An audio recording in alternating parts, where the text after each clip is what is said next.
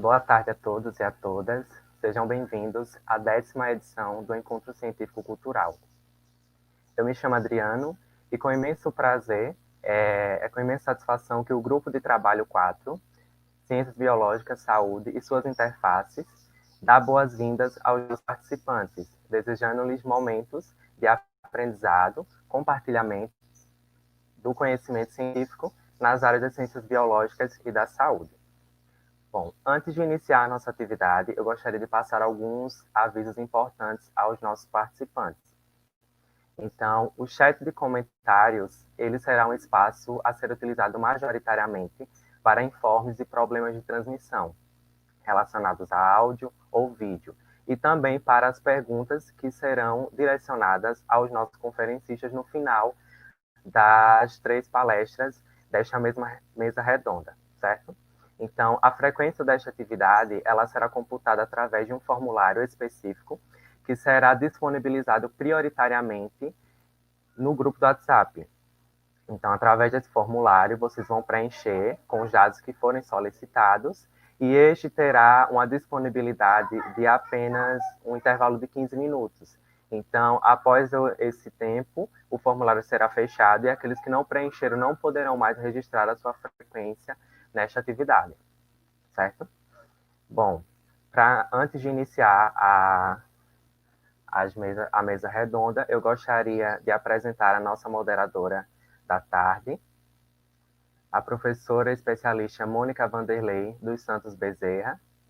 Ela é pedagoga, formada pela Universidade Estadual de Alagoas, especialista em gestão escolar, também pela Universidade Estadual de Alagoas, atua como pedagoga na Universidade Federal de Alagoas desde 2010 e atualmente está lotada no Núcleo de Acessibilidade NAC, dessa instituição.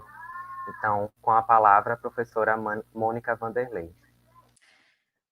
Bom dia, boa tarde ou boa noite, dependendo do local, horário e dia que assistirão, pois essa live ficará gravada. Em nome da coordenação desse grupo de trabalho, desejamos que sejam todos bem-vindos, pois é com grande alegria e satisfação que os recebemos. Gostaríamos também de agradecer aos professores que se disponibilizaram, né, para esse encontro. O nosso muito obrigado. É com enorme alegria que iniciamos o 10º Encontro Científico-Cultural de Alagoas, tendo como tema Incult 10 anos debatendo práticas e reflexões sobre ensino, pesquisa e extensão.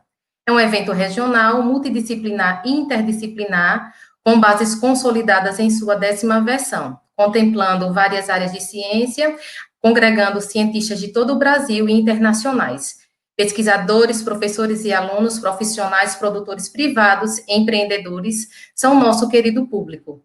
Iniciando hoje, dia 1º, e encerrando nossas atividades no dia 4 de setembro de 2020. Este ano, devido à pandemia, as atividades serão online. Cada grupo de trabalho dará certificado de 16 horas. O Encult é um evento do Grupo Caatinga de Pesquisadores de Pesquisas Científicas da UNEAL, Universidade Estadual de Alagoas, como promotora Grupo Caatinga e Prodec UNEAL, tendo diversas universidades, instituições, parcerias, IFAO, UFAO, SESMAC Palmeira dos Índios, UFRPE, UFAP, UFCG, UFES, USP, UFSB, IFPE, UEBA, UNIT, UFPE, Uninasal, Centro Paulo Freire, da UFPE, Embrapa, Museu do Cerrado, UNB, Mapa FAPEAL e Governo de Alagoas. Esse ano estão incluídos no Encult 20 grupos de trabalho para envio de trabalhos e atividade. Neste sentido, esse é o GT4, que tem como tema Ciências Biológicas, Saúde e suas interfaces, coordenado pelas professoras Solma Lúcia Souto, Maria de Araújo Baltar, Maria Luzia de Moraes Belo Bezerra, Maria Betânia Monteiro de Farias de UFAO, tendo como transversais saúde coletivas, práticas integrativas, complementares, ensino e práticas educativas em saúde, biologia aplicada, botânica, zoologia, microbiologia, genética, entre outros. Sendo assim, iremos iniciar essa live com a professora a doutora Ana Paula de Almeida Portela da Silva. A professora Ana Paula Ela possui bacharelado em Ciências e Biológica pela Universidade Federal de Pernambuco, a UFPE, em 2004, mestrado em Biologia de Fungos pela Universidade Federal de Pernambuco, em 2007, e doutora em Ciências Biológicas pela Universidade Federal de Pernambuco, UFPE, 2014. Atualmente é professora adjunta da Universidade Federal de Alagoas, a UFAL, atuando na área de microbiologia aplicada, com ênfase em micologia, tem interesse em controle biológico de pragas e microbiologia ambiental.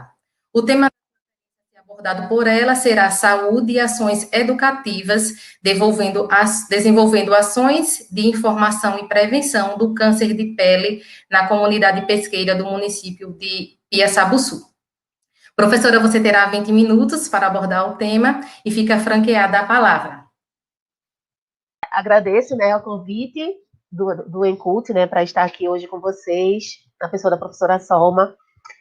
Dou as boas-vindas também, boa tarde aos meus colegas aqui da mesa, a professora Mônica, o professor Edmilson, a professora Clédia. É um prazer estar aqui com vocês para a gente discutir hoje, né, conversar um pouquinho sobre ações, né, de educação e saúde. Para iniciar a minha palestra, eu gostaria de esclarecer a vocês que essa temática, né, que nós escolhemos para conversar aqui hoje à tarde foi um projeto de extensão desenvolvido pela gente aqui na Unidade Penedo, na UFAL Penedo, em conjunto com vários professores, né, docentes e discentes e técnicos aqui dos cursos de licenciatura em Ciências Biológicas e do curso de Engenharia de Pesca, tá? Então, esse projeto teve como título, foi um projeto de extensão, e teve como título Saúde e Ações Educativas, desenvolvendo ações de informação e prevenção do câncer de pele na comunidade pesqueira do município de Piaçabuçu. Então, para começar, a gente vai conhecer um pouquinho a respeito do câncer de pele e também da comunidade pesqueira, tá? Então, o câncer de pele, ele é considerado a doença mais comum do mundo atualmente, tá? E ele se caracteriza por dois tipos básicos, que é o câncer de pele não melanoma e o câncer de pele melanoma. Aqui na imagem, vocês podem ver logo acima uma pele normal, tá? Aqui, ó, é a epiderme e aqui abaixo a derme. E essas células que compõem esse tecido epitelial que forma a epiderme, que é um tecido estratificado, é composto por várias camadas de células, tá?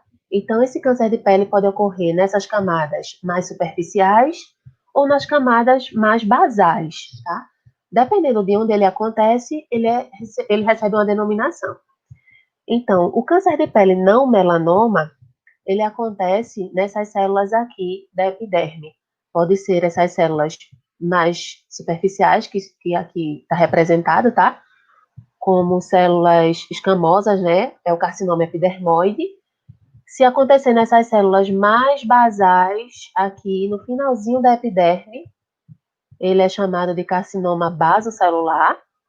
E se ele acontecer nessas outras células que aqui estão saudáveis, elas todas assim cheias de prolongamentos, aqui elas estão alteradas, essas células são os melanócitos, tá? Que vão produzir a melanina da pele. Então, aqui e aqui é câncer de pele não melanoma, e nessa última aqui é o câncer de pele melanoma, tá? Só para a gente se lembrar um pouquinho dessas terminologias. Então, o câncer de pele não melanoma, que são aqueles dois primeiros, né, o basocelular ou o epidermoide, ele é o mais frequente no Brasil, tá? E corresponde a cerca de 30% de todos os tumores malignos registrados no país. Esse câncer de pele não melanoma, ele tem um bom prognóstico, tem alta taxa de cura, tá? E ele tem um bom prognóstico porque não vai levar à morte, se ele for tratado de forma adequada e de maneira oportuna logo no início. Porque se demorar muito um tratamento, para ser identificado e iniciar o tratamento, pode acontecer que a lesão aumente muito na pele. E aí a área a ser retirada vai ser uma área relativamente grande e pode causar alguma deformidade no local. No Brasil, existe uma estimativa para 2020, tá? Esse é um dado do Instituto Nacional do Câncer, o INCA, E a estimativa para o Brasil esse ano é de 176.930 novos casos, sendo que desse total de casos, a maioria, cerca de 83.770 casos, são para homens, e 93.160 casos mulheres, tá? Em Alagoas, a gente observa que daquele total de casos para o Brasil, né, de mais de 100 mil casos no Brasil, a cada 100 mil habitantes, a estimativa para esse ano é que 840 casos seja para homens, né, sejam de novos casos de homens, e 760 novos casos de mulheres com câncer de pele. Tá? Então, a gente vê que é um número alto, né, relativamente alto em relação ao Brasil como um todo. Então, diante dessa problemática, surgiu, então, o interesse em se trabalhar essa temática aqui na região do Baixo São Francisco, tá? Então, Silva, em 2014, publicou um trabalho a respeito da segurança dos pescadores embarcados. E aí, nesse trabalho, ele falava que 97% dos pescadores afirmam nunca ter tido nenhum problema relacionado à radiação solar. Mas 13% deles conheciam pescadores com problemas causados pela radiação. Esses problemas direcionados a câncer de pele, tá? 18,92% dos pescadores afirmaram que faziam uso de medidas preventivas, como, por exemplo, usavam protetor solar, chapéu, tá? E outros 40%, 40,54%, afirmaram nunca usar, ou usar às vezes, tá? Alguma forma dessa de prevenção. Então, com base nesse estudo, né, com essa problemática, nós decidimos trabalhar com a comunidade pesqueira de Piaçabuçu. Para quem não conhece, Piaçabuçu é um município aqui próximo a Penedo, cerca de 20 quilômetros de distância. É um município situado na faixa sul, né, na faixa litorânea sul do estado de Alagoas. A economia do município é basicamente voltada para o turismo, né? Tem muitos passeios à foz do Rio São Francisco, não sei quantos conhecem. Quem não conhece, eu convido, né, para vir conhecer, que é muito bonito realmente. E além disso, a principal fonte de renda do município está em torno da atividade primária, plantação de coco, arroz, cana-de-açúcar e a atividade da pesca. Então, assim, nós pensamos, né, e tivemos como objetivo desenvolver ações educativas de promoção da saúde e prevenção do câncer de pele com os pescadores associados à colônia de pescadores E19, Américo Pereira de Brito, do município de Piaçabuçu, por meio do envolvimento de docentes, técnicos e discentes dos cursos de graduação aqui da UEP Penedo, basicamente dos dois cursos que eu já citei, que é Biologia e Engenharia de Pesca. Então, essa foto que vocês estão vendo aqui é a foto da colônia, tá? Da sede da colônia Z19, que fica ali na rua principal de Piaçabuçu, tá? Essa colônia de pescadores, ela tem cerca de 3.980 trabalhadores cadastrados, tá? E essas pessoas cadastradas, elas são pescadores do Baixo São Francisco todo, envolvendo também pescadores marinhos, do Pontal do Peba, e de municípios de povoados circunvizinhos. Esses trabalhadores, eles têm uma jornada de trabalho de mais ou menos 8 horas por dia, né, 8 horas trabalhadas por dia, 4 dias na semana. Nesse momento aí da foto que vocês estão vendo, é o momento em que estava acontecendo o cadastramento, né, para a questão do cadastramento que eles fazem para monitoramento do número de afiliados e tal, né, para o seguro-defeso. Então, depois de escolhermos a comunidade, nós então começamos a fazer a capacitação dos acadêmicos que iriam trabalhar diretamente no projeto, né? Então, nós queríamos que os acadêmicos aprofundassem o seu conhecimento a respeito do tema do câncer de pele. Então, nós fizemos seminários, fizemos discussão de textos, de artigos, para que todos se inteirassem mais a respeito do tema e tivessem mais familiaridade com esse tema e com os métodos de prevenção. Depois disso, nós começamos a elaborar materiais. Fizemos questionários, tá? Investigativos, né, ou diagnósticos, para sondar a comunidade, para fazer um diagnóstico inicial. Fizemos também questionários avaliativos, para o depois da atividade, e folders informativos para distribuir no momento da ação. Depois, começamos a pensar e estruturar as ações, como elas seriam feitas, né, com base no questionário diagnóstico, e todos esses dados foram, então, colocados e alimentados em planilhas, tá, do Excel.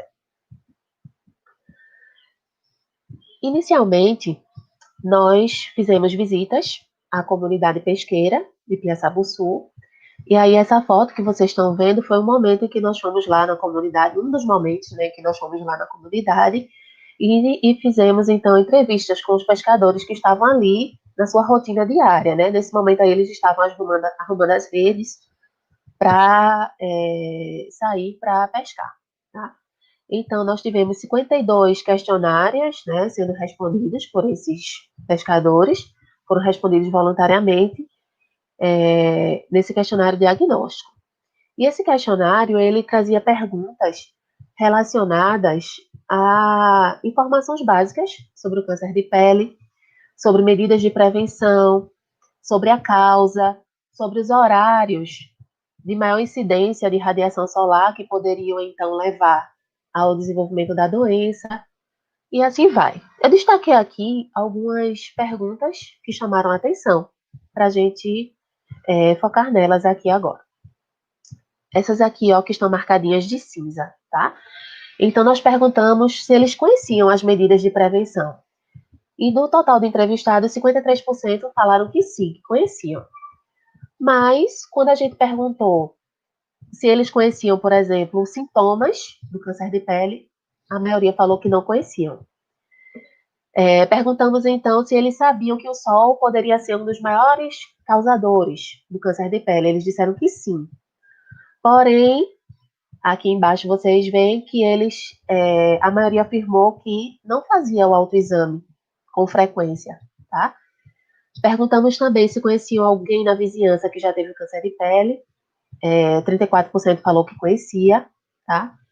E então finalizamos perguntando se eles já haviam participado de alguma ação ou alguma campanha de prevenção de câncer de pele. E a maioria, 96%, falou que nunca participou, tá? E que consideravam importantes essas ações, né, com 98%, assinalando que consideravam importantes que fossem feitas essas ações com palestras educativas sobre isso, já que a maioria deles nunca tinha participado.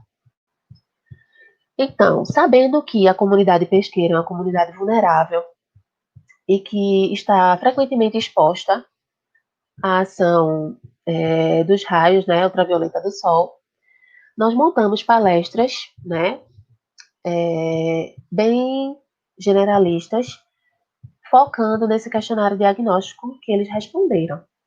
Então, nas nossas palestras, nós falamos sobre os conceitos básicos sobre o câncer, né, sobre a doença, falamos sobre medidas de prevenção, uso de protetor solar, principalmente nas regiões mais expostas ao sol, braços, rosto, orelha, pescoço, pernas. Falamos sobre vestimentas adequadas, período de exposição ao sol, mostramos imagens para reconhecimento das lesões, falamos da importância do autoexame, de se olhar no espelho, ver as costas, né, ver o dorso, e falamos também das possibilidades de tratamento, tá? De cirurgia, de radioterapia e assim por diante. Então, as palestras, elas foram estruturadas com base nessas temáticas, tá, que eu falei. Foram palestras dialogadas, onde os pescadores, eles ficaram bastante atentos, mas também eles dialogavam, questionavam, tiravam dúvidas, tá? Aqui, vocês estão vendo na foto, que é um aluno nosso do curso de Biologia, o Fabiano. Ele já defendeu seu TCC agora, no final de 2019.2. E a outra menina que está ali encostadinha é a Leiliane, que também defendeu seu TCC também, em licenciatura em Ciências Biológicas, tá? Os dois são licenciados. E aí vocês veem que eles estão bem atentos, né, à palestra dos acadêmicos e dialogavam e tiravam dúvidas a todo momento. Nessa outra foto, aqui, é de uma outra ação, agora na sede mesmo da colônia. Inicialmente foi no Pontal do Peba, e agora na sede mesmo da colônia, no município de Piaçabuçu, tá? Onde a colônia é bem maior, a sede é bem maior e tivemos um público mais abrangente. Ao final das palestras, nós distribuímos folders, tá, informativos, com imagens ilustrativas, com também um pouco de texto explicativo e imagens que ilustravam as possíveis lesões que eles poderiam encontrar, também com demonstração aqui embaixo, ó, do ABC, o ABC do câncer de pele, que trata da assimetria, se a assimetria se é uma lesão assimétrica ou simétrica, quanto à borda, se é uma borda regular ou irregular, quanto à cor, se é uma cor escura ou se é uniforme ou não, e o D, que é o diâmetro, tá? Que quando essa lesão tem mais de 6 centímetros, ela se torna bastante perigosa, né? E aqui, ó, do outro lado, vocês podem ver também figuras, né, imagens ilustrativas de formas de prevenção, como chapéu, roupas, né, com fatores de proteção, filtro solar, guarda-sol, e assim vai. E também aqui embaixo mostramos também como fazer o autoexame, tá? No espelho, e também como buscar um médico especialista para fazer o diagnóstico e fechar o diagnóstico, tá? Depois das ações, nós então aplicávamos o questionário avaliativo para ver se eles conseguiram acompanhar tudo que a gente falou e se então conseguiram fechar a ideia, né, e obter mais conhecimento a respeito do tema. Então, depois da palestra, da ação, nós vimos que, quando a gente perguntava se eles conheciam os danos causados pelo câncer de pele, eles disseram que sim, a maioria, né, que eles sabiam da necessidade do uso do protetor solar, de observar o fator de proteção, se era resistente à água, sabiam que era necessário usar e reaplicar esse protetor corretamente, sabiam que o câncer de pele tinha cura quando ele era tratado no início, tá? E os tipos de tratamento possíveis para a doença. Então, finalizando, né, o trabalho, nós vimos que esses trabalhadores ligados à pesca, principalmente à pesca marinha, que eles passam um longo período de tempo expostos à radiação ultravioleta do sol, eles têm uma propensão maior ao desenvolvimento do câncer de pele, e isso também foi constatado por trabalhos anteriores, que foi trabalhos de saúde ocupacional entre pescadores, profissionais de jardinagem, profissionais da construção civil, trabalhadores agrícolas, da pecuária e da pesca. Todos esses profissionais, eles têm um nível elevado de propensão a desenvolver o câncer de pele. Na nossa pesquisa, todos os pescadores entrevistados, eles eram do gênero masculino, e isso demonstra o maior risco de desenvolver a doença, tá? Pois os mesmos, eles usam protetor solar com menos frequência e, às vezes, eles não reaplicam, tá? Esse protetor solar. E estudos semelhantes também foram desenvolvidos no PINA, em Recife, na colônia Z1, do PINA lá em Recife, e também a maioria dos pescadores participantes da atividade lá também eram do gênero masculino. A gente percebe também que a exposição à radiação ultravioleta tem os devidos cuidados, como protetor solar, uso de chapéu, de óculos, de roupas adequadas, é um agravante, tá, na ocupação dos pescadores. E isso também foi constatado em trabalhos anteriores, né, quanto ao uso do filtro solar, que apenas 18% dos pescadores lá do Pina faziam uso do filtro solar e 70% apenas passavam mais de uma vez ao dia. E geralmente a gente vê isso, né? As pessoas passam o filtro solar de manhã e depois não reaplicam ao longo do dia, sendo que a gente deveria reaplicar cerca de 2 a 3 horas após a primeira aplicação.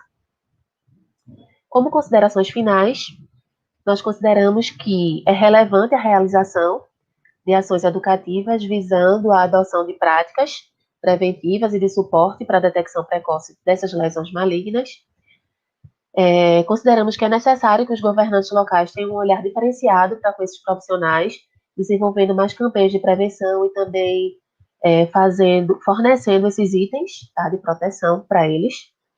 E esse trabalho desenvolvido teve uma boa receptividade da comunidade pesqueira e abriu portas também para novos projetos de extensão pesqueira que envolvem a promoção da saúde e da qualidade de vida dos pescadores. Nós agradecemos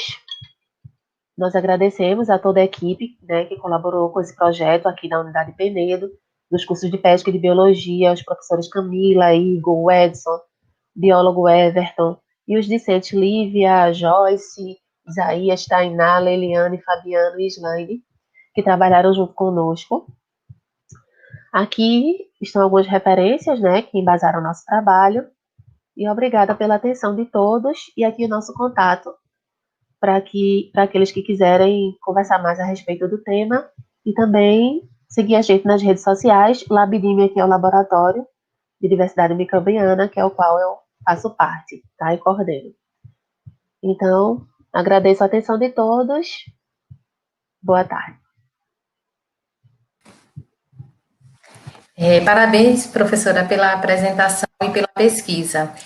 Dando continuidade, né, eu queria deixar claro para todos os participantes que, ao final, né, das 3 apresentações, nós iremos disponibilizar as perguntas para cada palestrante. Então, podem fazer sua pergunta no chat, e daqui para o final da live serão respondidas, tá? Dando continuidade à apresentação, professora doutora Clédia Soares de Amorim Castro, ela é formada em Ciências Biológicas pela Universidade Federal de Alagoas, especialização em Análise Clínicas pela IPESP São Paulo, mestrado em Microbiologia e Imunologia pela Universidade Federal de São Paulo, a Unifesp, doutorado pelo Departamento de Doenças Infecciosas e Parasitária pela Universidade Federal de São Paulo, professora adjunta 2 pela Universidade São Judas Tadeu, USJT de São Paulo.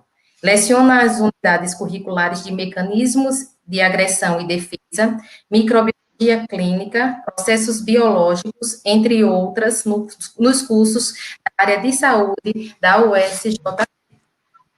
O tema a ser abordado será SARS-CoV-2, contribuição da pesquisa básica para elucidar o vírus. Professora, você terá para abordar o tema e fica facultada a palavra. Obrigada, professora Mônica. Eu quero agradecer muito o convite, gente. Para mim é um retorno, é uma retribuição que eu faço ao Estado que me deu suporte para eu estar aqui, né? A UNEAL em Arapiraca, campus Arapiraca em especial, que eu moro há 46 anos em frente a esse campus. Para mim é uma alegria, uma honra e tem toda uma particularidade esse momento para mim, tá? Bom, eu escolhi esse tema, eu acho que para jogar luz, na verdade, gente, nas diferentes áreas que as ciências básicas pode trabalhar especificamente numa pandemia ou em outras doenças de origem infecciosa, especificamente agora, para esse momento que nós estamos passando, que é o coronavírus, que causa a doença da pandemia do momento, que é a Covid-19, né? Então, eu vou falar sobre SARS-CoV-2, a contribuição da pesquisa básica para elucidar o vírus.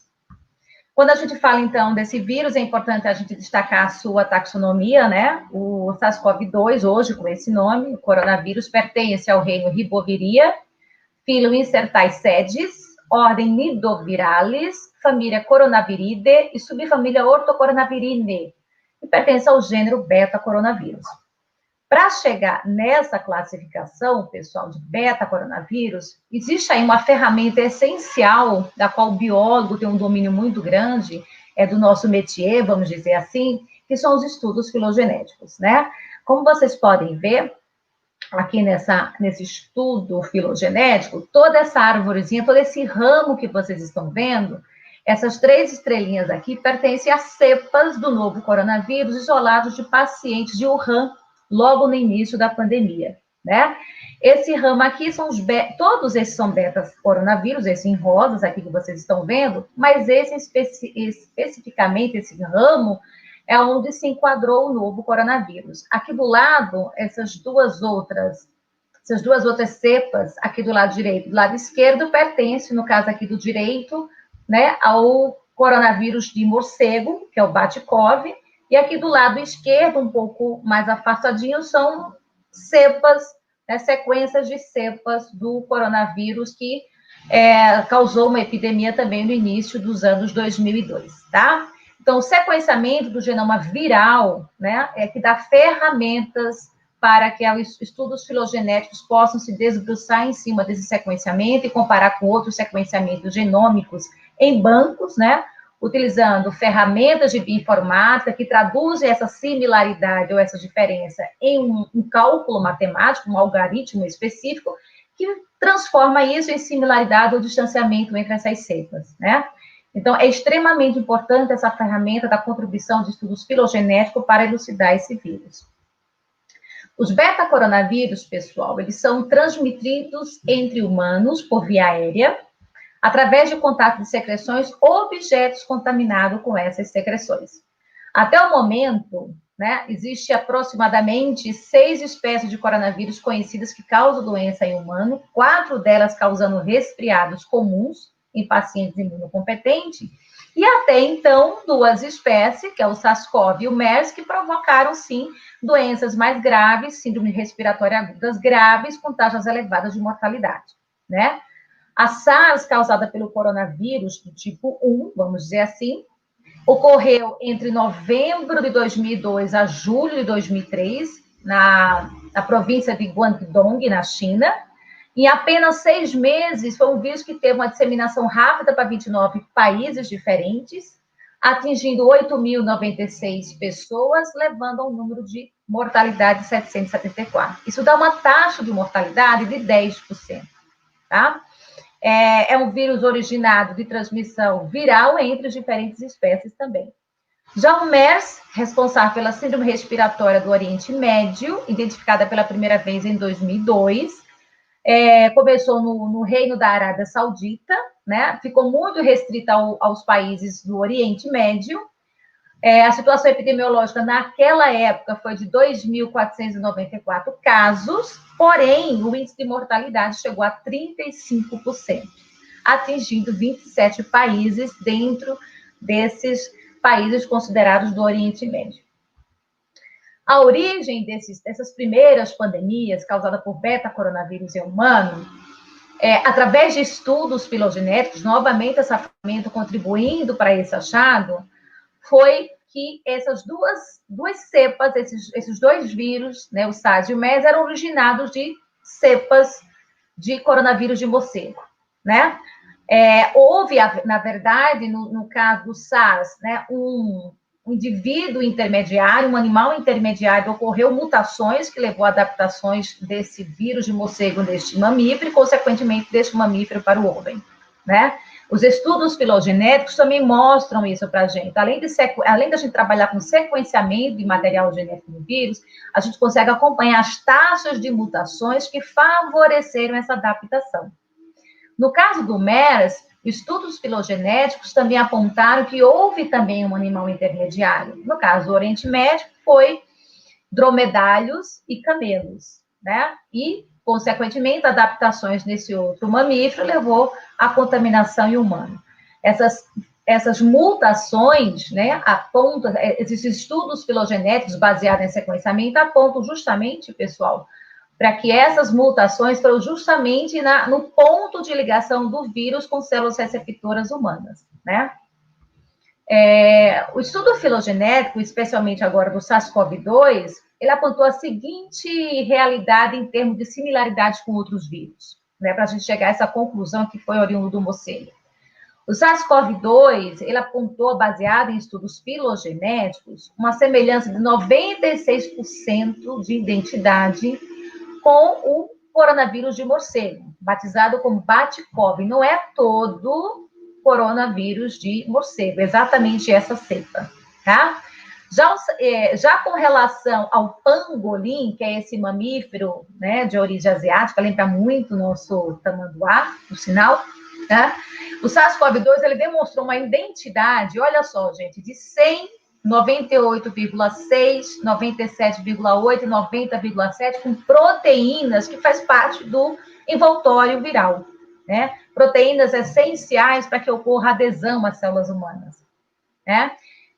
O domínio de ligação à célula, ao receptor da proteína do pangolim, do vírus do pangolim, né? Esse ponto de ligação do vírus, as células do pangolim, é quase idêntico ao do vírus SARS-CoV-2, com a diferença de um único aminoácido.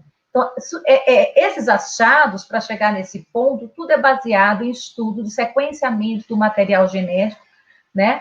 E estudo baseado em produção de aminoácidos e produção de proteínas. Sugerindo que o SARS-CoV-2 pode ter sido originado de uma recombinação entre o vírus do morcego e o vírus do pangolim, tá?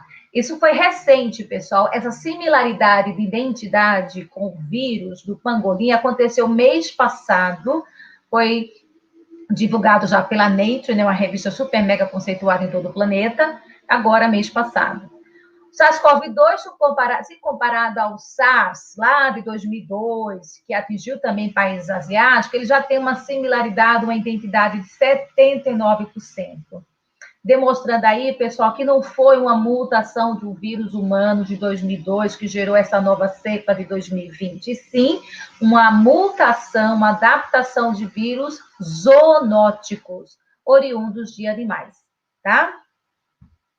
Aqui é um outro estudo, olha só, né? Outra análise filogenética do genoma do novo coronavírus, né? Dentre os beta-coronavírus, todos esses ramos que vocês estão vendo aqui, ó, são todos de beta-coronavírus. E olha onde o novo coronavírus se enquadra. Ele está nesse mesmo ramo aqui, ó, tá? Com alta similaridade com esse pequeno ramo de BAT-CoV, de coronavírus de morcego. Olha o SARS de 2002, onde está, ó, está lá em cima, né? Então, você vê claramente, pelo distanciamento dos ramos dessa árvore filogenética, a similaridade do novo coronavírus com vírus oriundos de animais, no caso aí de morcego. Nesse estudo ainda não estava incluído o sequenciamento do genoma do pangolim, do coronavírus de pangolim, senão ele teria ficado dentro dessa mesma árvore aqui, desse mesmo ramo, desse mesmo cluster que a gente chama. Ok? Outra coisa, outro achado, outra ferramenta muito legal que estudos filogenéticos apontam, né, além de identificar a origem do vírus, como nós acabamos de ver, é a relação dele com outras doenças, adaptações a diferentes lugares por meio de mutações que podem ajudar a entender a progressão da Covid, né? Essas taxas de mutações, saber o quanto que o vírus é mutante, pode nos ajudar, por exemplo, no procedimento e na produção de vacinas, na produção de medicamentos. Se é um vírus muito mutante, com a taxa de mutação muito alta, a gente não tem um sucesso garantido em termos de medicamento, em termos, por exemplo, de produção de vacina, que é o que acontece com o vírus HIV, é um vírus extremamente mutante, né? Os estudos filogenéticos, pessoal, ele estuda informações genéticas baseadas no sequenciamento do genoma, né, do micro-organismo aí estudado, que por meio de aplicativos de bioinformáticas pode ser processada e analisada para se chegar a modelos matemáticos que melhor explicam o histórico da evolução desse vírus. Esses cálculos matemáticos, pessoal, é extremamente importante para que não seja um alinhamento ao acaso. Ou seja, não foi o acaso que deixou o sequenciamento do gene do novo coronavírus mais similar ao coronavírus do pangolim. É feito todo um cálculo matemático para que esse achado não seja feito ao acaso, essa similaridade não tenha sido feita ao acaso, né? Ainda esses estudos, né, as ferramentas dos estudos filogenéticos, eles ainda trabalham com homologia, né, aqui embaixo, ó, com o objetivo de encontrar estruturas moleculares do genoma que possam ter passado por pressões seletivas, sejam elas positivas ou negativas, que tenham, sim, privilegiado de alguma forma, essa mutação tenha privilegiado de alguma forma a permanência daquela cepa no local, né? A gente está passando aí por uma vitrine de seleção natural, né? Quais foram as mutações positivas e negativas que levaram à afirmação da cepa atual, tá? As análises estruturais, né, indicam também mutações em duas importantes estruturas do vírus, isso já no novo coronavírus na espécie humana, glicoproteínas chamadas spikes, localizadas na parte de fora do vírus, né, e proteínas do núcleo capsídeo. Então, esses achados filogenéticos também apontaram para isso. Além de achar o local do vírus, a similaridade com outros vírus, classificá-lo como beta-coronavírus, né, indicar as mutações observadas que favoreceu cepa X ou cepa Y, ainda estudos filogenéticos apontam para as chamadas mutações que foram necessárias para adaptação em humano, né? Essas duas proteínas que foram resultados dessa mutação têm sido estudadas como estrutura-chave para a produção agora de vacina contra esses novos vírus, contra o novo coronavírus, né? A contribuição importante, aí de novo, viu, gente, das ciências básicas em estudos filogenéticos é com base no sequenciamento, né? Você primeiro sequencia o gene para depois você fazer uma análise filogenética. Então, o SARS-CoV-2, ele foi sequenciado, totalmente sequenciado, já em janeiro agora de 2020. Todo país que identificou casos de coronavírus, de Covid-19, teve o genoma do vírus sequenciado. Na Europa, o único país que até então não liberou o sequenciamento foi a Itália. Mas todos os outros países, nós, ao receber as primeiras cepas de pacientes já identificados com a doença, por RT-PCR, a gente teve o sequenciamento, né? Então, após o sequenciamento, a gente disponibiliza essa sequência no banco genômico, né? A gente usa muito o GSIDE, e aí é no GSIDE que faz comparação com outros bancos de novo coronavírus, para você traçar a origem do vírus que acaba de chegar ao seu país, né? Então, além de identificar a espécie, além de relacionar a espécie, o sequenciamento aponta mutações, aponta as taxas de mutações, identifica fatores de virulência, né? Sequências, genomas que apontam para genes que produzem fatores de virulências virais, dinâmica de deslocamento do vírus no país ou continente, que é isso que eu acabei de falar para vocês, e, claro, produção de vacina e produção de medicamento, né? Essa aqui, né, gente, lógico que a gente tem que fazer um pouco jogar um pouco de luz na nossa pesquisa também, né? Aqui são as pesquisadoras brasileiras, a cientista Jaqueline de Jesus, a professora Esther, né? Ambas são da Faculdade de Medicina da USP. Após 48 horas de identificado o novo coronavírus aqui no Brasil, ele já tinha sido sequenciado por essas duas senhoras, né? O sequenciamento ocorreu, o sequenciador que elas utilizam, do tamanho de um celular, uma tecnologia de ponta, né? E em 48 horas a gente já disparou a sequência do novo coronavírus para o banco do GSIDE para todo o planeta. Né? Maravilhoso isso, a gente contar com ciência daqui nossa, né? Para aqueles interessados, atenção, biólogos que estão aí para se formar, né, biomédicos e farmacêuticos, a gente tem cursos de práticos e teóricos de filogenia molecular e de análise evolucionária em todo o país. Eu achei esse aí próximo de Alagoas, ó, na Universidade Federal do Rio Grande do Norte, né? Não sei se está tendo esse ano, eu busquei essas informações no próprio site, mas é importante que agora em sistema remoto, pelo menos o teórico, né, e consequentemente, acredito eu, prático, que é tudo feito por bioinformática, você só precisa ter o programa, aliás, né, afinal de contas, precisa ter o programa para você rodar o estudo filogenético no seu computador. Então, vale a pena, aí a gente dar uma xeretada na internet e procurar fontes seguras e confiáveis de cursos de estudos filogenéticos, tá?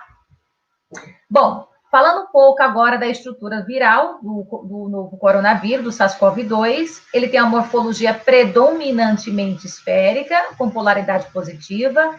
O núcleo capsídeo helicoidal que vocês estão vendo aqui, ó, né, que é essa molinha, que são proteínas que recobrem o material genético. O material genético aqui é constituído por RNA de fita simples, é um RNA grande, por sinal, em termos de vírus, RNA, ele possui um genoma muito grande, né? Possui um envelope lipídico, que é esse aqui que vocês estão vendo. Nesse envelope lipídico, a gente tem inserida essas proteínas, dentre elas, essas proteínas S aqui, né? Que é o nosso ponto de partida para entender a adaptação do vírus à espécie humana, né? Porque foi nessa mutação desses genes produtores dessas glicoproteínas que gerou a adaptação às células humanas. Então, temos aqui as spike, né? As proteínas M de membrana, nucleocapsídeo aqui de N, essas proteínas de envelope classificadas como proteína E. Então, ao total, são 4 proteínas estruturais. E as outras proteínas que seguem são proteínas que auxiliam na transcrição e na replicação do material genético, tá? É um genoma grande, como eu falei para vocês, de 27 a 10 kb, é grande para um vírus RNA. O vírus HIV, ele tem em média 10 kb, 12 kb, então é muito grande, né? Esses genes codificam desde proteínas estruturais, como já tinha dito, até proteínas acessórias que ajudam na transcrição e replicação do vírus, né? Aqui, ó, só para entender o ponto de ligação, né? A gente observa a mutação, a gente sequencia o material genético, descobre a mutação e descobre a proteína mutante, né? E aqui, essas proteínas S ou proteínas spike, localizadas no envelope lipídico, é aquele ponto de ligação com a célula humana, né? Qual é o ponto de ligação? O ponto de ligação é uma enzima que é produzida por um gene humano, né? Chamado gene AC2, em português a gente chama ECA2. Essa enzima, né, está presente em alta expressão em células do pulmão, do tipo 2, em rins e em fígado. É uma enzima conversora da angiotensina 2, molécula que integra o chamado sistema renina-angiotensina-aldosterona, responsável pelo controle da pressão arterial. Daí que pessoas hipertensas têm expresso, né, uma maior expressão dessa enzima e, consequentemente, maiores pontos de ligação com o vírus. Né? Daí essa relação. Todos esses estudos que eu estou mostrando para vocês têm por trás de tudo isso que vocês estão vendo na bancada o debruçamento de biólogos, especialmente de biólogos, tá? Biólogos, biomédicos e farmacêuticos. Então, a ciência básica contribui muito para elucidar tudo isso que está acontecendo com o vírus. Aqui só mostrando de forma bem simplificada, né, o ciclo replicativo do vírus, de uma forma geral. Aqui ocorre a adesão, né? Essas proteínas spikes localizadas no envelope é que dá esse aspecto de coroa, daí o nome coronavírus. Ligação às enzimas ECA2 e introdução, na verdade, ele é adsorvido pela célula-alvo. Aqui nós temos um material genético, RNA positivo. Primeira coisa que acontece é uma transcrição, transformando ele em RNA negativo. E a partir do RNA negativo, produção de RNA positivos, do quais sofrerá tradução para a produção de proteínas virais, tradução para proteínas do nucleocapsídeo, replicação do próprio material genético, aqui o processo de montagem e saída do vírus da célula, como vocês acabam de ver, por brotamento. Né? De uma forma bem geral, seria esse o ciclo replicativo do novo coronavírus. Né? Estudos filogenéticos desse novo vírus, pessoal, já conseguiu detectar 3 variantes genéticas, tá? Diferenciadas por alterações de aminoácidos, né? Essas cepas hoje, essas variações são chamadas de A, B e C. Sendo o tipo A o tipo selvagem, né? Mais selvagem, o tipo ancestral, mais vinculado ao morcego, ao vírus do morcego, e o B e C mais vírus zoonótico, atingindo homens e atingindo animais, transmissão de animais para homem, de pessoas para pessoas, né? Interespecífica e intraespecífica. O tipo A e C são encontrados em proporções significativas fora do leste da Ásia, isto é, no continente europeu e americano, né, foi a cepa, né, foi a variante genética que chegou aqui no Brasil, enquanto que o tipo B ficou mais restrito à Ásia, né? Talvez as mutações que esse vírus sofreu não tenha dado condições de adaptação a situações ambientais em outros continentes, a situações imunológicas semelhantes a essas aí. Isso aqui é aquilo que a gente já sabe sobre o novo coronavírus, aqui uma parte mais clínica, tá, gente? É por isso que eu vou só mostrar que, diferente de outros vírus, de outros coronavírus, ele tem distúrbios sistêmicos e distúrbios respiratórios, né? Os outros coronavírus, eles causavam mais distúrbios respiratórios. O novo coronavírus já tem um comportamento mais sistêmico, tá? Aqui é uma timeline, gente, para entender, ó, por que as pessoas ficam nesse isolamento, né, social, porque após o contato com o vírus, você tem aí, em média, 7 a 8 dias, as pessoas começarem a ter os sintomas mais graves da doença, que é a falta de ar, chegando, então, à hospitalização, à internação e desenvolver a síndrome respiratória aguda, tá? Sendo o sintoma mais comum, como vocês estão vendo aqui embaixo, ó, a tosse, tá? A fadiga muscular e a febre, que persiste em todos os pacientes sintomáticos. Isso aqui é a outra timeline, pessoal, também desse ano, para explicar o grau de transmissão do vírus. Aqui foi um estudo alemão, mostrando que um paciente que visitou a Alemanha teve contato com 2 pessoas, ele assintomático, e contaminou essas 2 pessoas que mais tarde testaram positivo. Esse paciente 3, esse paciente 4 que vocês estão vendo aqui, são pacientes que entraram em contato com o paciente 1, também no momento assintomático, e também testaram positivo. Mostrando que pacientes assintomáticos, sim, em maiores proporções, né, também transmite o vírus pelas secreções nasais. Aí, gente, são vários artigos ainda deste ano mostrando esse alto grau de disseminação, de transmissibilidade de pacientes assintomáticos, tá? Todos esses estudos chineses e europeus, mas a maioria chineses, foram publicados entre janeiro e março desse ano, né? Isso aqui foi outro estudo, pessoal, que para mostrar esse grau de transmissibilidade no ambiente hospitalar, né? Os primeiros pacientes hospitalizados em Wuhan, na China, onde esse estudo chegou à seguinte conclusão, que 138 pacientes, 26 deles, né, adquiriram, 26% de 138 adquiriram o novo coronavírus no ambiente hospitalar. Tem uma taxa muito alta, né, gente? 4,3 morreram, né? Depois desse estudo, chegou-se à conclusão que um paciente, ele pode transmitir para 10 profissionais mais 4 pacientes. O poder de disseminação desse vírus realmente é assustador, tá? Isso aqui é o perfil que a gente tem hoje, né, sobre o perfil clínico. Esse aqui é mais um achado clínico do novo coronavírus. Quais são as pessoas, né, que são consideradas fatores de risco para a doença mais grave, para o estágio da doença mais grave. Aqui, ó, eu aponto para esses números, ó, 8,49% dos casos fatais do novo coronavírus aconteceram entre pessoas de 70 e 79 anos e que tinham comorbidade. Então, a gente não fala por acaso, existem dados científicos que comprovam isso, tá bom? Aqui, gente, é o único estudo que a gente tem de março desse ano mostrando a resistência do vírus no meio ambiente. Só que, ó, é um estudo feito com PVC, luvas de silicone, luva cirúrgica e avental descartável. Uma cepa de novo coronavírus, ela ficou de 6 a 9 dias viáveis nessas superfícies. Esse é o único estudo real até agora sobre a resistência do coronavírus às superfícies inanimadas, tá? Aqui, gente, é outra contribuição da ciência básica, são os testes laboratoriais, obviamente, né, que por trás de tudo isso existem sempre biólogos e biomédicos e farmacêuticos trabalhando, desde a detecção do vírus utilizando o RT-PCR, que é uma ferramenta molecular importante, né?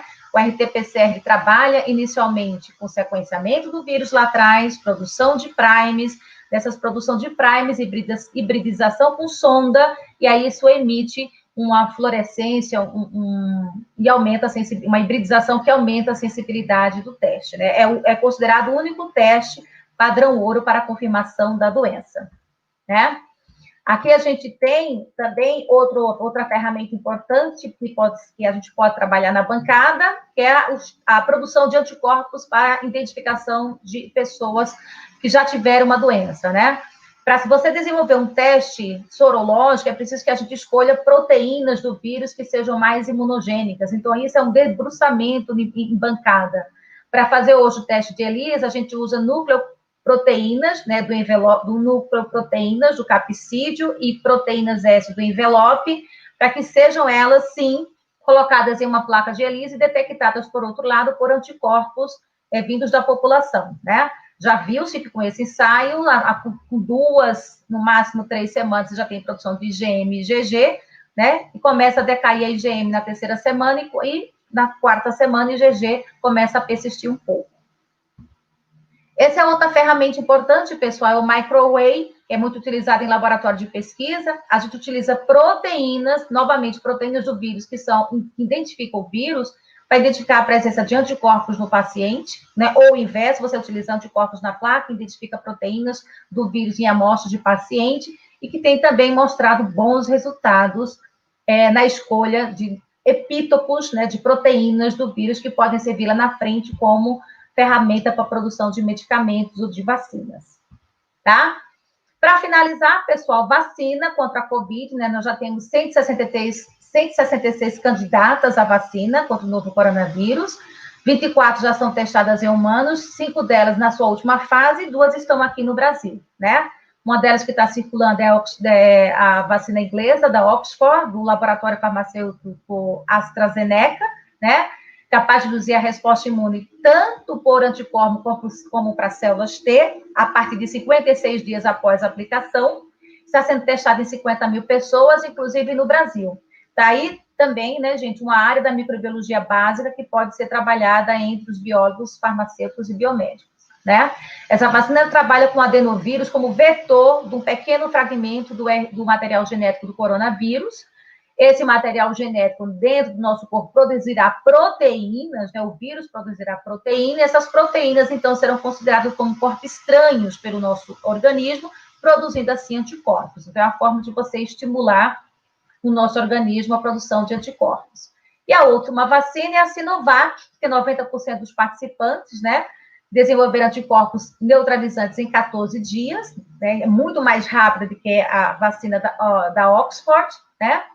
Ela funciona com a tecnologia de ponta, gente. A gente trabalha com uma cobertura do material genético esse que determina, não é o material genético inteiro do vírus, é um fragmento que determina uma proteína S importante, né, específica do vírus, e ele trabalha com essas micelas protetoras que estão dentro da vacina, e aí isso protege enquanto o vírus entra na nossa célula, e nossa célula produz essa proteína, e essa proteína é considerada como corpo estranho. Então, é um sistema de vacina altamente sofisticado, de tecnologia de ponta, né? E as vacinas estão sendo testadas aqui no Brasil, porque o nosso número de casos não para de crescer, mesmo em alguns estados estando em estabilidade. Nós já temos 3.902.272 casos aqui no Brasil, isso agora às 2h30 da tarde. E é quando se testa uma vacina, a gente testa onde a doença está em ascendência, né? Que é o caso do Brasil e dos Estados Unidos, né? Então, a contribuição das ciências biológicas para o Covid-19 é a identificação viral via sequenciamento do seu genoma, comparação via estudos filogenéticos com outros vírus, entendendo o seu comportamento no meio ambiente e suas células-alvos, acompanhamento em tempo real dos processos mutagênicos, estudo da resposta imunológica contra esse vírus e desenvolvimento de vacina e medicamento com diferentes tecnologias, tá? Então, é isso que eu queria apostar para vocês. Foi um pouquinho rápido, falo muito. Viva a ciência e viva a pesquisa básica. Obrigada. Ok. Professora, parabéns pela aula. É um tema muito importante, principalmente neste momento que estamos vivenciando, né? Então, para dar continuidade, vou chamar o professor Edmilson Santos Silva, a pessoa a quem eu tenho o maior respeito e admiração, né, trabalha comigo na UFAL. Seja bem-vindo, professor. Professor Edmilson possui graduação em Engenharia Agronômica pela Universidade Federal da Bahia, no ano de 2000, mestrado e doutorado em Entomologia pela Universidade de São Paulo, Escola Superior de Agricultura Luiz de Queiroz, USP, Exalc, 2003 e 2007, respectivamente, e atualmente é professor associado 2 da Universidade Federal de Alagoas.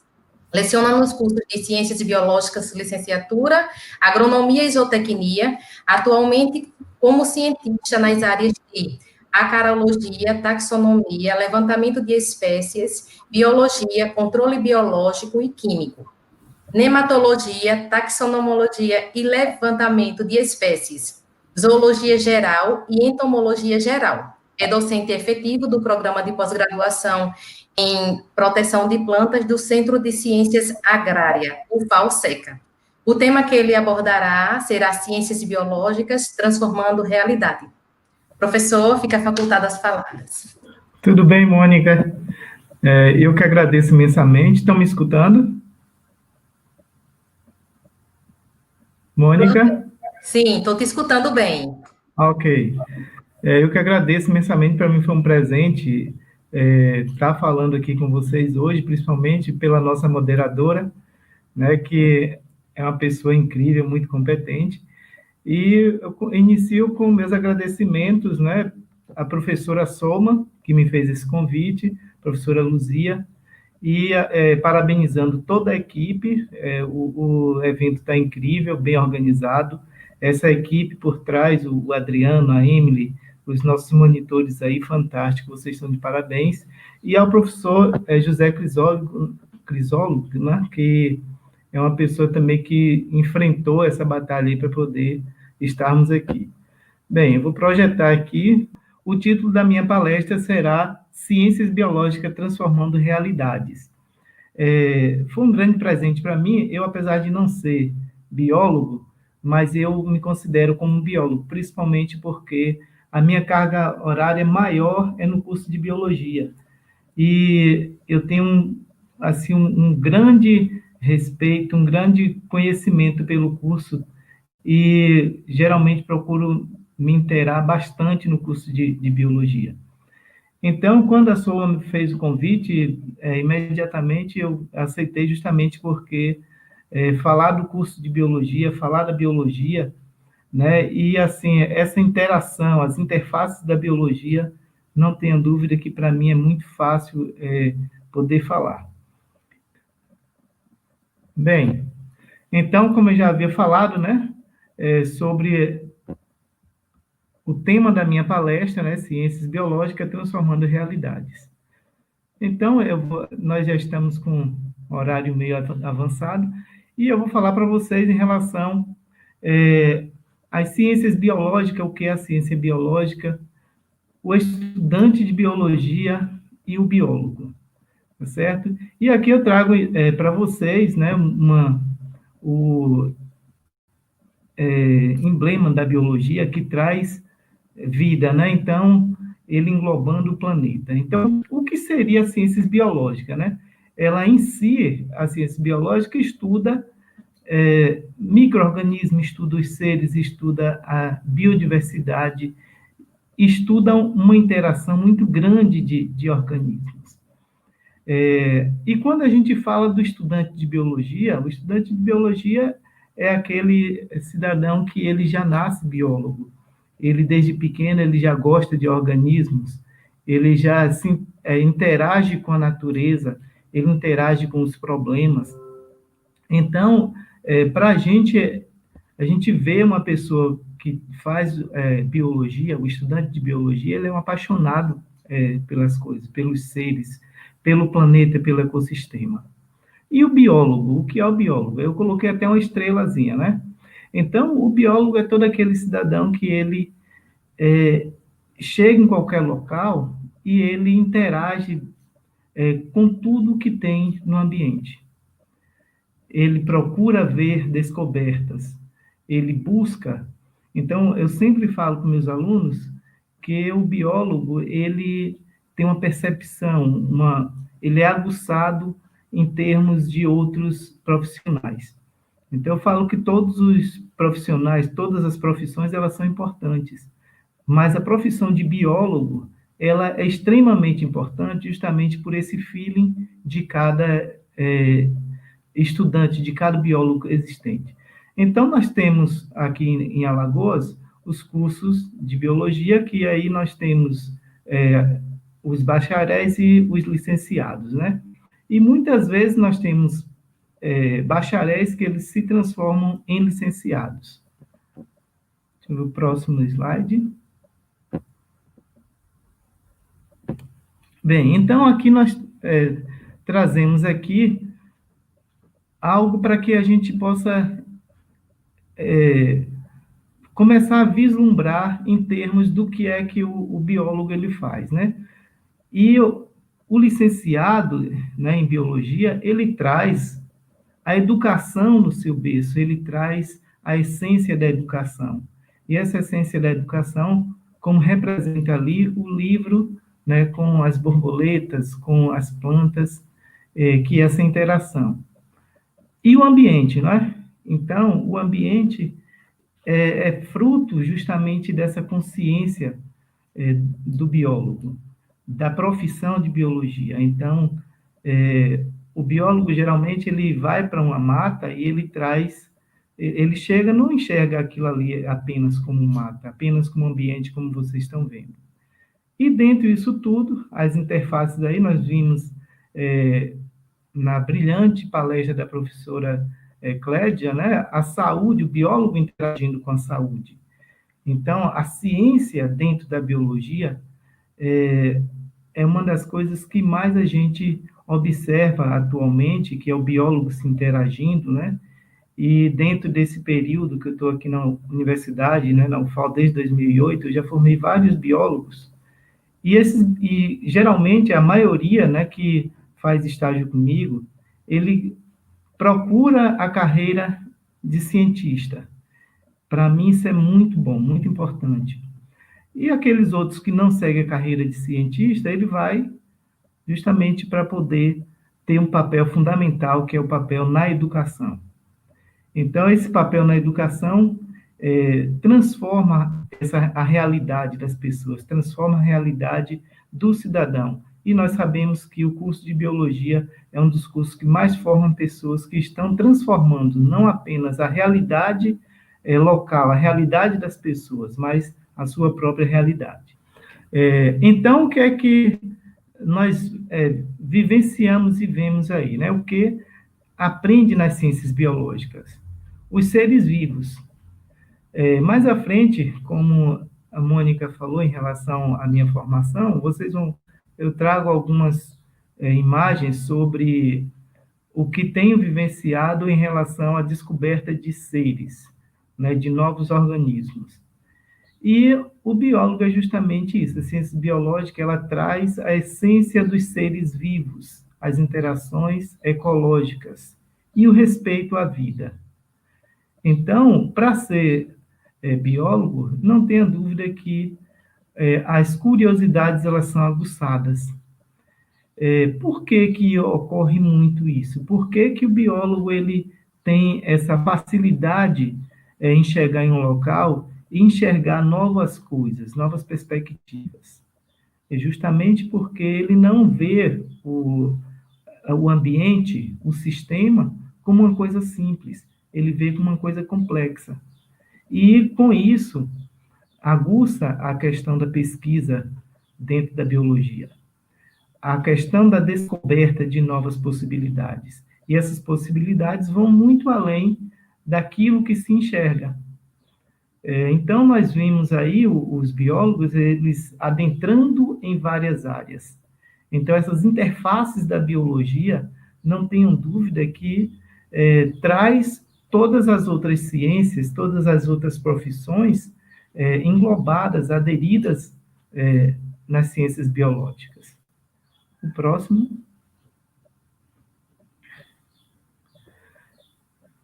E aí, o respeito à vida, como vocês estão observando, não tenha dúvida que a biologia, a ciência biológica, ela traz justamente esse cuidado.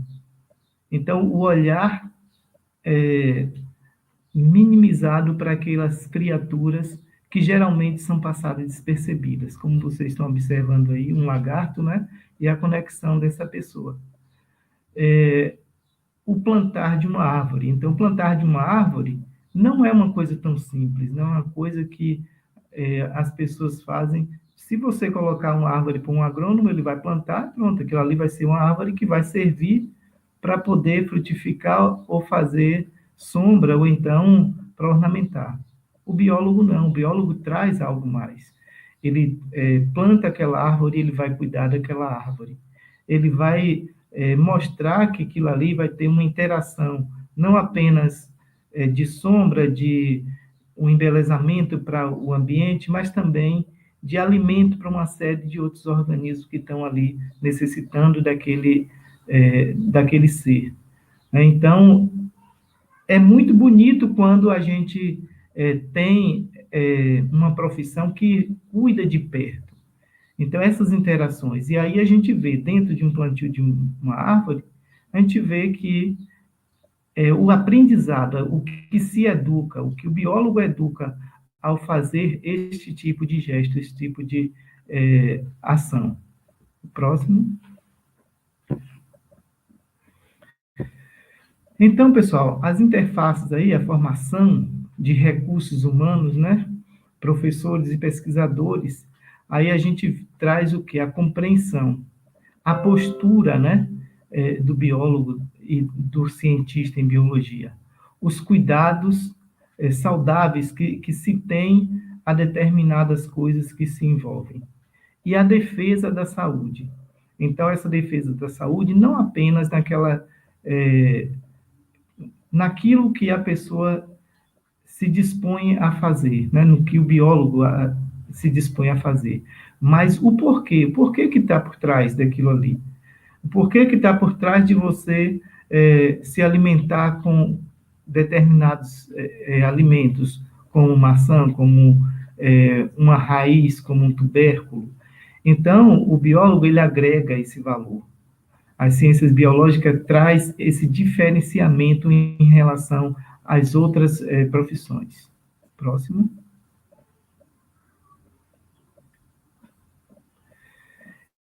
E aí segue-se, né, com a conduta. Então, essas interfaces das ciências biológicas traz uma conduta profissional muito importante, muito enriquecida, né, por critérios humanísticos. Então, é aquela pessoa que traz a humanidade em si, que se preocupa com a humanidade e que também se preocupa com o ambiente. O compromisso, que não tenham dúvida que esse compromisso ele se estende, é o compromisso com o cidadão, com a cidadania. E o rigor em fazer ciência, em ser científico.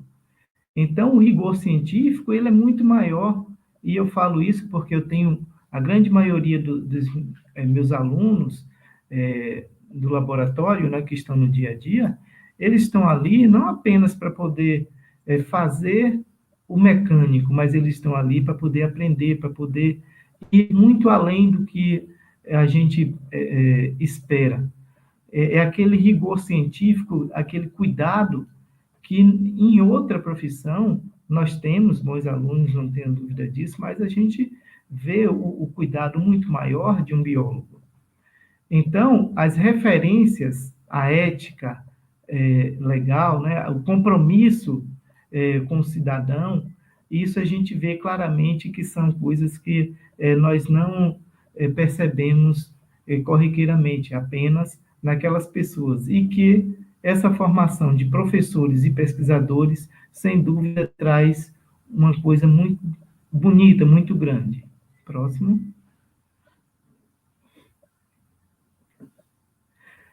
Bem, e a formação aí, no caso, né, traz uma atuação multi e interdisciplinar.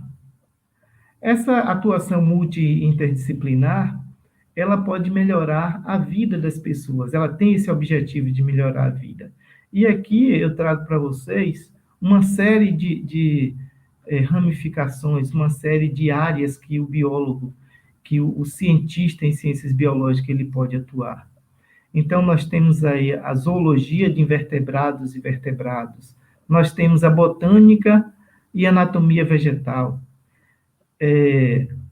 Depois eu vou falar só um pouquinho sobre a zoologia, que é justamente a área em que eu atuo.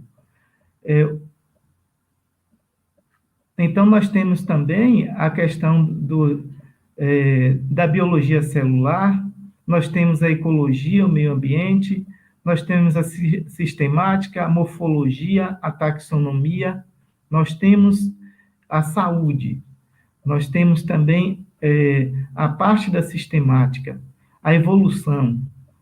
Então, são uma série de áreas em que o biólogo está inserido. E na zoologia de invertebrados, que é justamente a minha área específica, o que a gente vê na biologia de invertebrados em que o biólogo atua? Vamos lá. Então, nós sabemos que a quantidade de invertebrados no planeta é o grande boom, né? É uma das áreas que existe maior quantidade de seres, não apenas de espécimes, mas espécies, certo? E aí nós temos, dentro dessa quantidade de organismos, seres microscópicos que geralmente são poucas as pessoas que se propõem a estudá-los. E uma dessas possibilidades é justamente os artrópoda. Então, nós temos aí mais de 1 milhão de espécies de artrópoda, né, que eles já foram descobertos, e a grande maioria dessas espécies, elas foram descritas por biólogos. Então, para mim, isso é uma coisa que salta aos olhos. né? E hoje nós temos os estudos em acarologia, que é justamente a minha área específica, que é uma coisa fantástica. Então, mais na frente vocês vão ver a quantidade de espécies, né, que alguns alunos aqui aqui do Agreste Alagoano, já conseguiu descrever nesse período aí dentro de 10 anos. Próximo.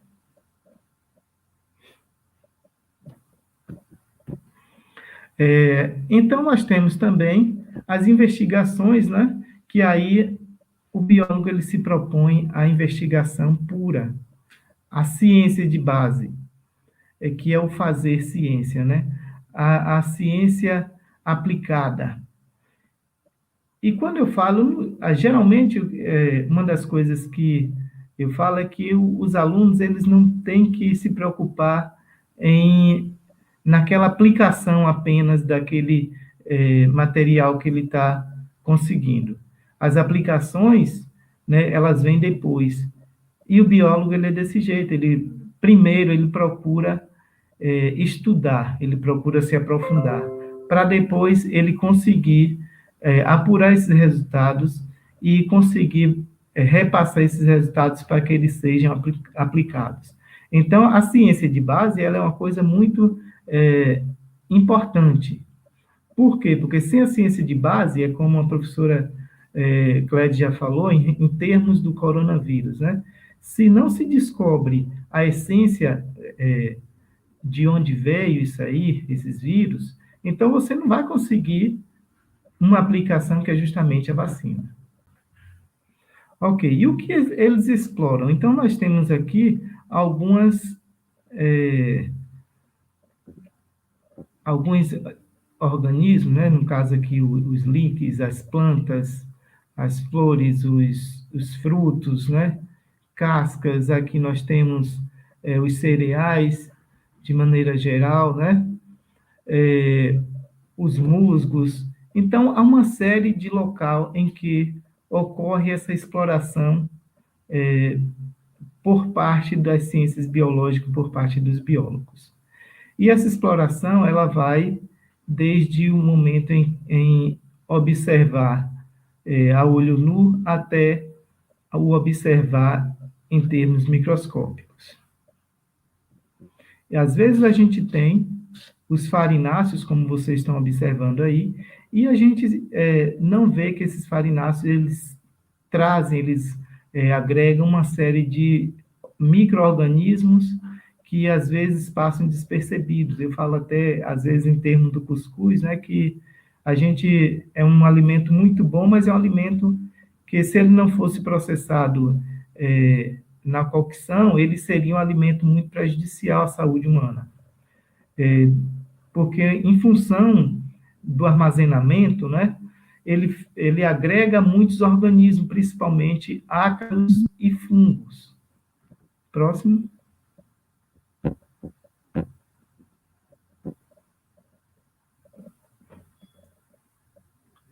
No próximo slide, por gentileza. Ok. Então, nós temos aí outros locais, outros ambientes que eles são explorados, como ambientes marinhos, ambientes de água doce, os rios, as matas, né? Os ambientes ducícola, os dejetos, o solo, os folhedos, os fungos, os actinomicetos e assim sucessivamente. O solo, por exemplo, às vezes você pega um pouco, 10 gramas, 100 gramas de solo, e você pode imaginar o que tem aqui. Minerais. Então, ao olhar de um agrônomo, ali vai ter, a grande maioria, minerais. E aí, se você pega aquilo ali, você entrega para um biólogo, 10 gramas de solo, ele vai te dizer, olha, isso aqui vai ter muitos micro-organismos, vai ter aqui minerais, vai ter água, vai ter uma série de elementos dentro de uma quantidade de solo tão pouca, né, tão pequena. É o que dá a vida, é o que traz a vida para o sistema. Próximo. E aí nós temos no próximo slide algumas outras possibilidades de exploração, como esse animal, então, que são geralmente os parasitas de vertebrados, né? São explorados também dentro dessa área. Aqui, parasitas de invertebrados, alguns parasitas de ambiente domiciliar, que vocês estão vendo aqui, uma série de ácaros. Outros organismos que são parasitas de planta. Então, se vocês observarem aqui, nesse slide, então nós temos aqui alguns organismos fazendo foresia, né, sobre uma artrópoda. Aqui as aves, né, que são muito exploradas, né? Próximo slide. E aí, o que é que pesquisa? Então, como eu havia falado para vocês, aqui nós temos algumas curiosidades que isso aí são desenvolvidas principalmente por biólogos e agrônomos, né? Que aqui são ácaros, minúsculos ácaros, que são visualizados dentro de traqueia de abelha. Então, aqui vocês estão observando, isso aqui é uma imagem real de uma traqueia de abelha e vários organismos dentro dela, fazendo problemas, né, causando a morte de abelhas. Aqui em tapetes, alguns ácaros, e aqui aquele indivíduo que ele tem a curiosidade de descobrir dentro de domáceas de planta uma série de organismos. Então, para vocês terem ideia, uma domácea dessa, ela tem mais de 500 ácaros. Isso foi uma bióloga que descobriu. Próximo slide. Então, os farináceos, como eu havia falado para vocês, aqui nós temos a feira de Arapiraca, né? E que nessa feira de Arapiraca, aqui nós temos um aluno coletando a amostra desse material, são quirera, farelos, etc. E em 100 gramas, para vocês terem ideia, nós encontramos mais de 5.000 ácaros dentro desse material. As massas de cuscuz também. Então, os ácaros encontrados são esses tipos de ácaros aqui, ó. Ácaros astigmata. E que, na realidade, você não come apenas o cuscuz, você também está ingerindo proteína animal. Por gentileza, o próximo. Então, aqui, como eu já havia falado, dos biólogos, eles são exemplo de profissionais, né? Eles trazem essas essências para a gente, esse critério humanístico. Pode passar para o próximo slide, por gentileza? Então, são tantas as qualidades boas que a gente podemos nos referir, como a essência única, a liberdade, o comprometimento, o respeito a todo tipo de vida, cuidado com a natureza, a dedicação, né? O amor a tudo que faz.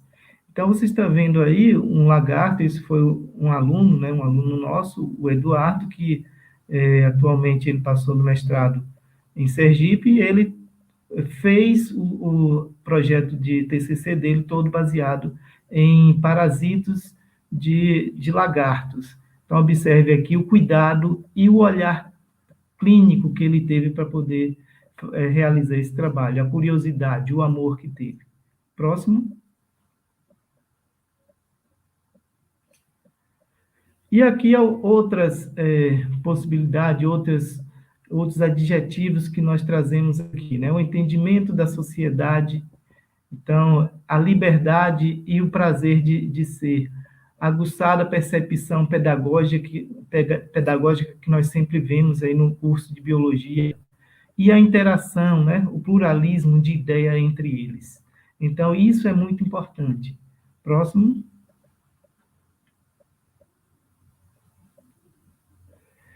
Então, o que tenho aqui é uma pergunta, eu vou passar rápido por conta de a gente poderia discutir muita coisa nesse slide aí, né? Mas o que é que nós temos aqui? Então, o nosso olhar é uma mata, mas o olhar do biólogo não é apenas uma mata, é um complexo, né?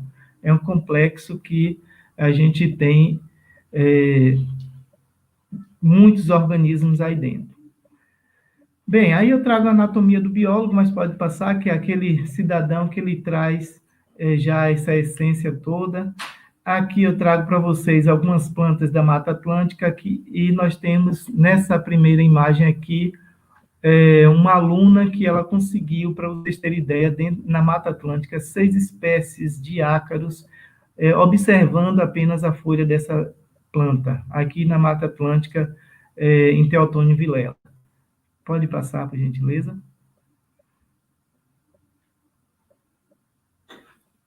E aí, para finalizar, eu trago mais 3 slides. Um slide que seria, já finalizando, né?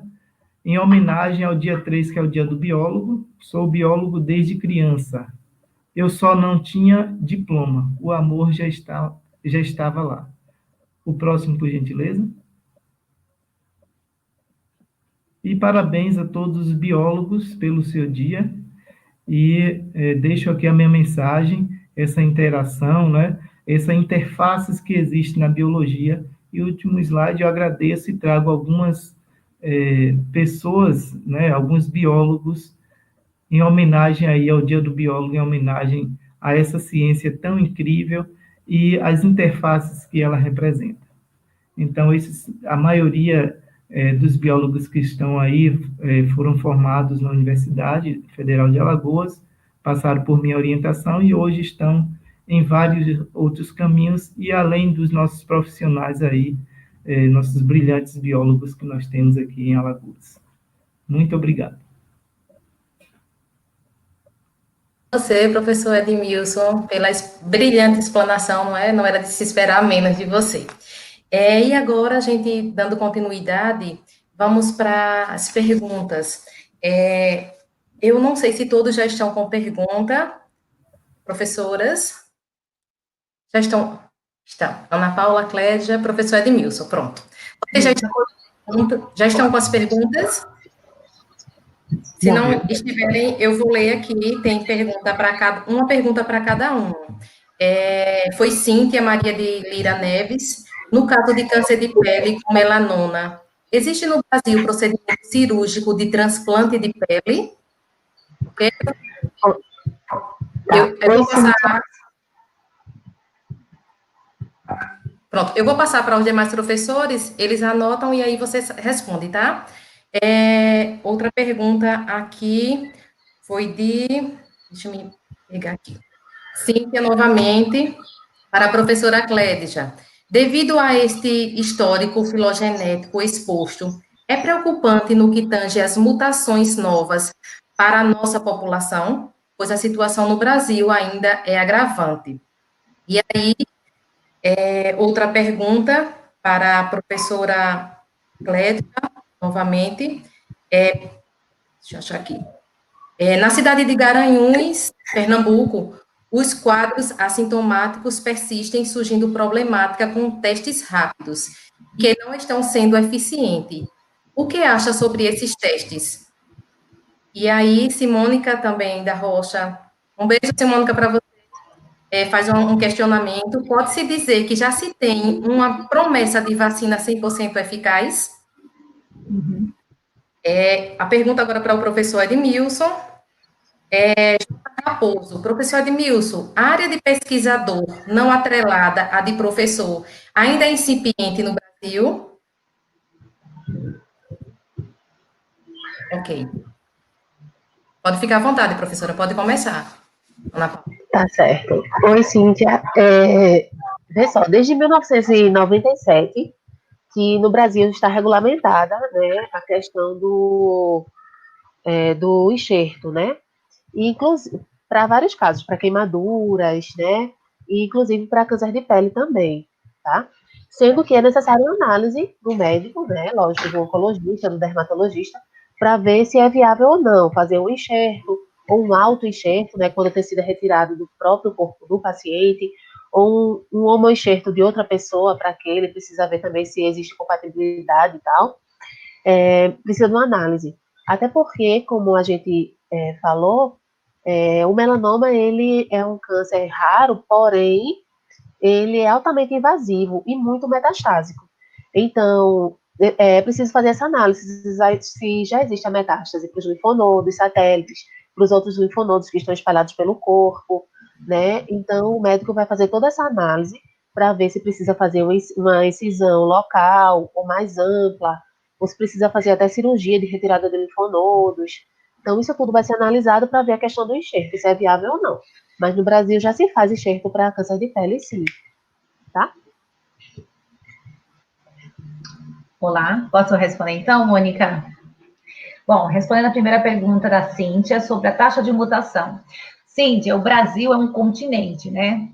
O tamanho de um continente. Se juntar aqui Portugal, Espanha, todo mundo junto, Itália, o Brasil é de fato o continente. A boa notícia é que o coronavírus ele tem uma taxa de mutação não muito alta, diferente do vírus HIV. A gente não tem tratamento, tratamento tem, nós não temos vacina para o vírus HIV até hoje por conta disso. A taxa de mutação do HIV é muito mais alta do que o novo coronavírus.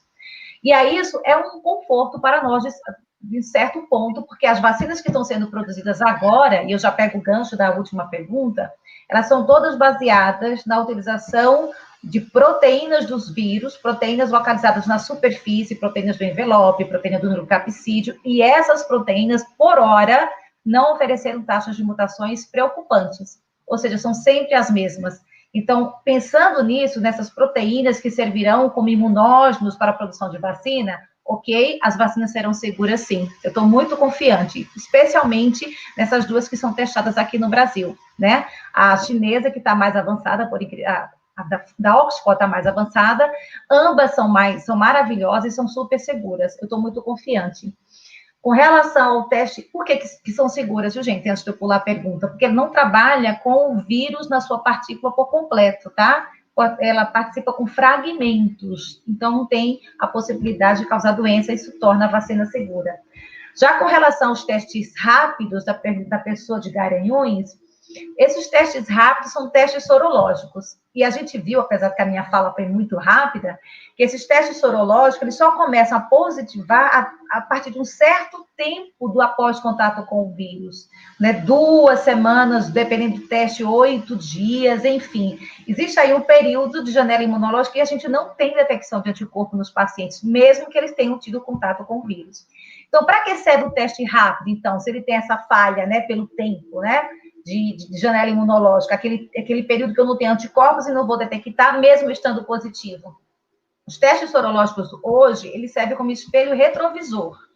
Você teve um parente muito próximo que teve comprovadamente a doença, RT-PCR positivo. Então, quais são as pessoas perto desse indivíduo agora, comprovada da doença, com comprovação da doença, que tem anticorpos para o novo coronavírus? Então, para isso, esse teste é super válido, porque ele mostra o teu histórico pregresso, na verdade, né? Se você teve todo o histórico de contato com o vírus. Por hora, estou aqui passando numa drogaria, quero fazer um teste rápido, faço, deu negativo, saio feliz, não...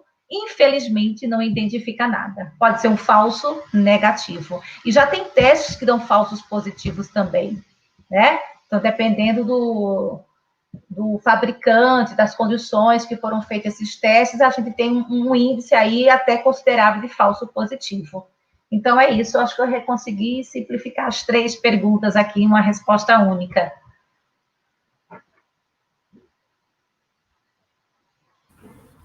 Agora a minha, né, Mônica? Sim, professor. Então, na realidade, a área de pesquisador para biólogo, né? Aqui no Brasil é muito complicado, né? Infelizmente, nós temos poucos institutos, né, dentro do cenário nacional, público, né, que eles agregam os biólogos, e, infelizmente, a iniciativa privada que deveria estar realmente acolhendo todos os pesquisadores biólogos, eles, infelizmente, não fazem. Até dá preferência, por quê? Porque eles preferem a ciência mais aplicada do que a ciência pura. Então, geralmente, os biólogos, pesquisadores, eles estão mais nos institutos, nas universidades, e aí é o que temos, infelizmente, é isso. Mas eles não enxergam essas características tão importantes do biólogo, né, do cientista biólogo, infelizmente, e que é uma coisa tão maravilhosa que a gente, dentro da universidade, nós temos biólogos aqui que são fantásticos. Ok? Ok. Professor Edmilson, tem mais uma pergunta. Biologia possui vastas sub-áreas de atuação do profissional, porém ainda existe demanda alta na formação de profissionais versus número baixo de vagas em concurso. O que acha sobre isto?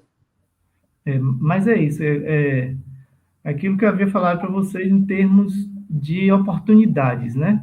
Aqui, por exemplo, Alagoas. Quantos biólogos nós estamos formando aqui em Alagoas? Quantos alunos novos que estão saindo, né? Eu mesmo já formei várias pessoas que saíram para fazer mestrado e doutorado e que atualmente estão desempregadas. Isso não desmotivando a vocês a não fazer mestrado e doutorado, mas os cursos de biologia, geralmente, eles estão, principalmente licenciatura, eles preparam para que os alunos eles saiam para sala de aula, né, para o ensino médio, para o ensino fundamental. Então, geralmente, é essa a visão do poder público, né? Mas, em termos aí da quantidade, né, de biólogos, eu acho que ainda é necessário que o poder público enxergue para poder abrir novas possibilidades para essas pessoas que se credenciam, que se especializam para poder compor esse mercado, que ainda é mercado aberto. Mas, infelizmente, eles não dão a devida... assim, não tem aquela visão, não dão a devida importância ao pesquisador, biólogo pesquisador. Ok. Professor Edmilson, eu gostaria de comentar aqui, né, que tivemos muitos elogios nos chats, estão todos agradecendo por todas as respostas que foram respondidas, tá? E agora eu devolvo a palavra a cada um, né, para fazer um agradecimentozinho bem brevezinho, de 1 minuto, porque a gente já está há 15 minutos ultrapassando o tempo previsto. Pode começar, professor Edmilson. A primeira dama.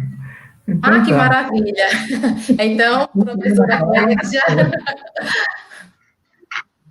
Obrigada, professor Edmilson, pelo seu cavalheirismo.